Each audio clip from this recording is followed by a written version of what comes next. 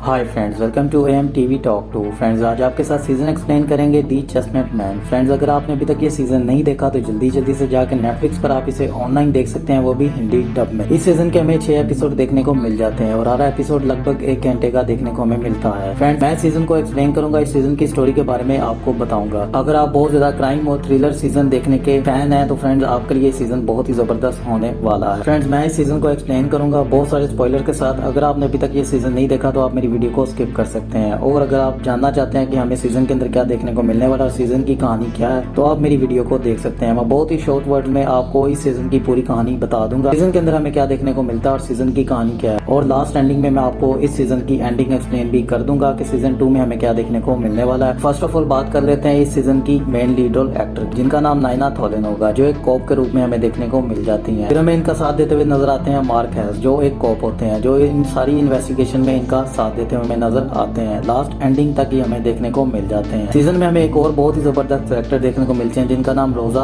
हार्टिंग होगा, जो एक सोशल फेयर मिनिस्टर होती है। और सीजन में हमें एक और बहुत ही जबरदस्त कैरेक्टर देखने को मिलते हैं, जिनका नाम सैमिन जेन्स होगा, जो एक फोरेंसिक लेबोरेटरी के इंचार्ज होते हैं। सो फ्रेंड्स, मैंने इन 4 लोगों का नाम इसलिए लिया क्योंकि ये पूरा का पूरा सीजन इन्हीं 4 लोगों के ऊपर निर्भर करता है। तो सीजन की कहानी शुरू करते हैं। सीजन की कहानी शुरू करने से पहले मेरी आपसे एक छोटी सी रिक्वेस्ट है, चैनल को सब्सक्राइब करना और बेल आइकन के बटन को प्रेस करना, क्योंकि जैसे ही मैं अपनी नई वीडियो के साथ आऊंगा आपको नोटिफिकेशन मिल जाएगा। तो फ्रेंड्स, फर्स्ट एपिसोड में हमें देखने को मिलता है एक क्राइम सीन, जो एक बहुत ही जबरदस्त हमें चीज देखने को मिल जाती है। फर्स्ट एपिसोड में हमें 3 लोग मरे नजर आते हैं, जिसमें एक कॉप होता है, जिसमें एक पुलिस वाला होता है, और 1987 की ये कहानी होती है। अब सीजन की कहानी आगे बढ़ती है, जहाँ हमें नायना थॉलन और मार्क हैस नजर आ जाते हैं, जो एक केस के ऊपर इन्वेस्टिगेशन करने के लिए चले जाते हैं, जहाँ उन्हें एक लाश मिलती है एक औरत की, जिसकी एक आंख निकाल ली जाती है और एक हाथ काट दिया जाता है। तो फर्स्ट एपिसोड में हमें क्राइम सीन देखने को मिल जाता है और हमारा सीजन की तरफ और ज्यादा इंटरेस्ट बढ़ जाता है। अब एपिसोड 2 में हमें एक और इंटरेस्टिंग चीज देखने को मिल जाती है। रोजा हार्टिंग हमें देखने को मिलती हैं, जो अपनी बेटी के मर्डर के सदमे में घर से बाहर नहीं निकलती हैं। अब वो एक दिन फैसला करती हैं अपनी जॉब पर वापस जाने का, अपने काम पर वापस जाने का। फ्रेंड्स, जैसा कि मैंने आपको रोजा हार्टिंग के बारे में पहले ही बता चुका हूँ कि वो एक मिनिस्टर होती हैं, सोशल मिनिस्टर होती हैं, तो इस केस से उनका बहुत ही गहरा ताल्लुक होता है। तो अब सीजन की कहानी ऐसे ही आगे बढ़ती है। एपिसोड 2 में हमें बता दिया जाएगा कि रोजा हार्टिंग क्या है और उनकी बेटी के साथ क्या हुआ था। उनकी बेटी का मर्डर हुआ होता है और वो इस सदमे से बाहर नहीं आए होते हैं। इस पूरे सीजन की कहानी इन्हीं से स्टार्ट होती है और इन्हीं पर ही खत्म हो जाती है। तो सस्पेंस अभी मैं रखूंगा वीडियो के अंदर, अभी मैं आपको नहीं बताऊंगा कि आखिर में क्या होने वाला है। तो नायना थॉलन और मार्क हैस बहुत ही जबरदस्त आपको एक एक्शन के रूप में नजर आते हैं। बहुत ही जबरदस्त एक थ्रिलर हमें देखने को मिल जाता है सीजन के अंदर। वो हमें इन्वेस्टिगेशन करते हुए नजर आते हैं। आखिरकार उन्होंने कातिल को ढूंढना होता है। अब इन्वेस्टिगेशन करते करते उन्हें एक चीज पता चलती है। सैमिन जेन्स बताता है उन्हें, जो कि एक फोरेंसिक लेबोरेटरी का इंचार्ज होता है, जो उन्हें बताता है कि रोजा हार्टिंग की एक बेटी है जो मर चुकी है, लेकिन उसके फिंगरप्रिंट हमें चेस्टनट मैन से मिल रहे हैं। अब मार्क जो होता है वो बहुत ही आपको एक चालाक और होशियार कॉप नजर आता है, जो इस इन्वेस्टिगेशन के ऊपर पूरी एक एक बात से देख रहा होता है कि आखिरकार हम क्या चीज छोड़ रहे हैं और हमें खूनी क्रिस्टीना की तरफ ही क्यों लेके जा रहा है, वो हमें रोजा हार्टिंग की बेटी की तरफ ही क्यों लेके जा रहा है, जबकि वो तो मर चुकी है। अब मार्क हैस जो होता है वो इस इन्वेस्टिगेशन में पूरी तरह डूब जाता है। वो इस इन्वेस्टिगेशन की हर वो एक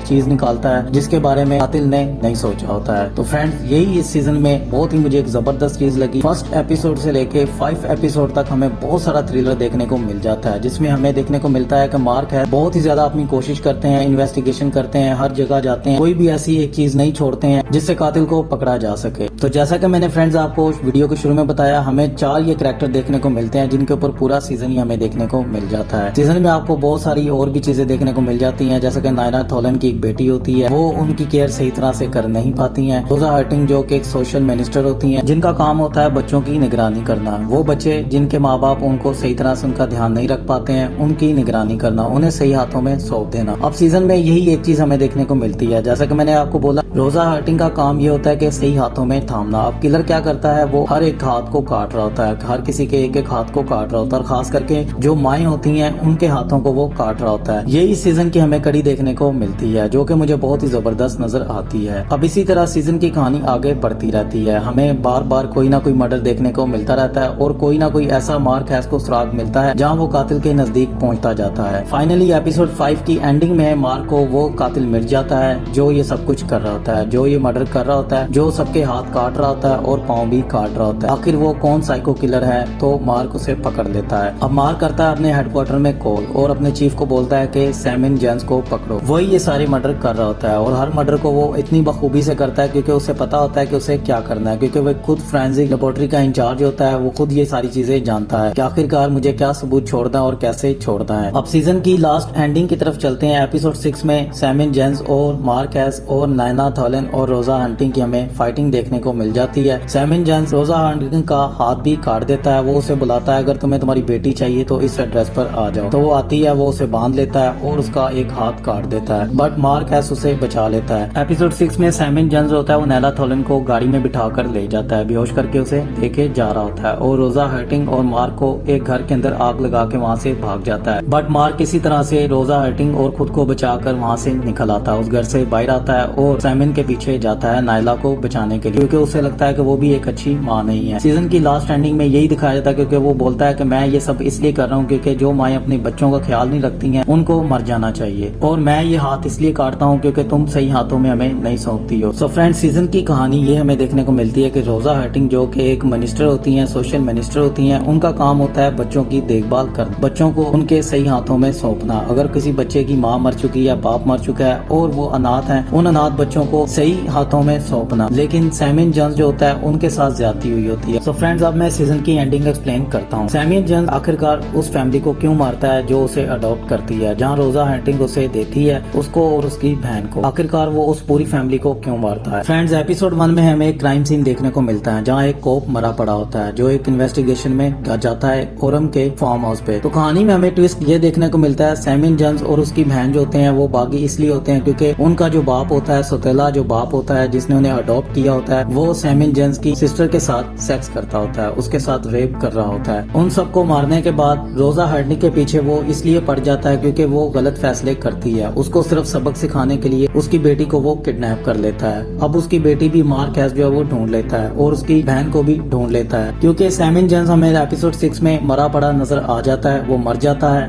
और अब कहानी में एक नया ट्विस्ट हमें देखने को मिल जाता है। अब लास्ट एंडिंग में हमें देखने को मिलता है फर्स्ट कातिल जो क्रिस्टीना हंटिंग का कातिल होता है, जिसने अपने सर के ऊपर उसका कत्ल का इल्जाम लिया होता है। ये एक्चुअली प्लान होता है सैमिन जेंस का, वो सैमिन जेंस के साथ मिला होता है। तो लास्ट एंडिंग में हमें यही दिखाया जाएगा कि उस कातिल को छोड़ दिया जाता है जो उसके ऊपर इल्जाम लेता है कि मैंने क्रिस्टीना हंटिंग को पकड़ा है, उसे मार दिया था। उसे पुलिस वाले छोड़ देते हैं और वो एक अखबार के ऊपर सैमिन जेंस का देखता है कि वो मर चुका है। अब नेक्स्ट सीजन की कहानी हमें देखने को मिल जाएगी फ्रेंड्स, बहुत ही जल्दी हमें देखने को मिलेगी, क्योंकि अभी कातिल मरा नहीं है, क्योंकि उसे सीजन 2 के लिए छोड़ दिया गया है। जी हाँ फ्रेंड्स, वही कातिल जिसने अपने ऊपर इल्जाम लिया था, झूठा इल्जाम लिया था कि मैंने ही क्रिस्टीना हंटिंग को मारा है, अब उसे छोड़ दिया जाता है। अब वो सैमिन जेंस का बदला लेने के लिए मार्क हैस और नायला थॉलन से हमें सीजन 2 में देखने को मिल जाएगा। सो फ्रेंड्स, सीजन 2 आपको बहुत ही जल्द देखने को मिल जाएगा, वो भी नेटफ्लिक्स पर। अभी सीजन की कहानी खत्म नहीं हुई है, इस सीजन की कहानी 2 भी हमें देखने को बहुत ही जल्दी मिलने वाली है। अगर आप मेरे ओपिनियन की बात करते हैं कि क्या आपको ये सीजन देखना चाहिए, क्या इस सीजन के अंदर इतना क्राइम और थ्रिलर है कि हमें इस सीजन को 6 घंटे देने चाहिए, तो जी हाँ फ्रेंड्स, आपको इस सीजन को लगभग 6 घंटे देने चाहिए। सीजन में आपको बहुत ज्यादा क्राइम और थ्रिलर देखने को मिल जाता है। मेरे लिए सीजन 4 स्टार था। अगर आपको मेरी वीडियो अच्छी लगी है तो चैनल को सब्सक्राइब कर दें और बेल आइकन के बटन को प्रेस कर दें, क्योंकि जैसे ही मैं अपनी नई वीडियो के साथ आऊंगा आपको नोटिफिकेशन मिल जाएगा। तो मिलता हूँ आपसे नेक्स्ट वीडियो में, अपना ख्याल रखिएगा। केयर।